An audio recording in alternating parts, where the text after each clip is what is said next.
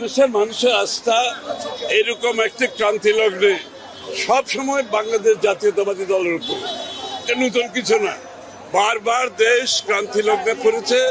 তাদের আস্থা বাংলাদেশ জাতীয়তাবাদী দলের উপরে। এখান থেকে উত্তরণের জন্য, গণতন্ত্র ফিরে দেওয়ার জন্য, তার মালিকানা ফিরে পাওয়ার জন্য, তার নির্বাচিত সংসদ সরকার ফিরে পাওয়ার জন্য যারা তাদের কাছে দায়বদ্ধ থাকবে, এটাই প্রত্যাশা মানুষের। তারা তাদের নির্বাচিত সরকার চায়, সংসদ চায়। অনির্বাচিত সংসদ সরকার, অনির্বাচিত সরকার কোনোদিন দেশের মানুষের স্বার্থ পূরণ করতে পারবে না। এটাই বারবার প্রমাণিত হয়েছে। গত 17 বছরে প্রমাণিত হয়েছে, গত 1.5 বছরও প্রমাণিত হয়েছে।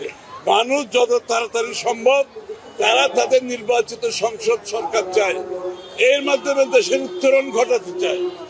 তারা তাদের মালিকানা ফিরে পেতে চায়, তাদের ভোটাধিকার ফিরে পেতে চায়, তাদের নির্বাচিত সরকার চায়, সংসদ চায়, যারা তাদের কাছে দায়বদ্ধ থাকবে, জবাবদিহি থাকবে।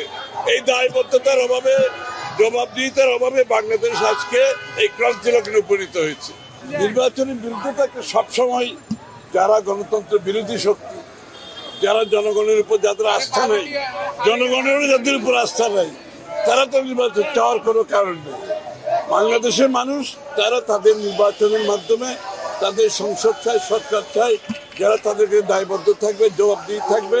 গণতান্ত্রিক প্রক্রিয়া ছাড়া তাদের রাজনৈতিক, সাংবিধানিক, গণতান্ত্রিক অধিকার কিছুই ফিরে পাবে না। এটা বাংলাদেশের মানুষ ভালো করে জানে।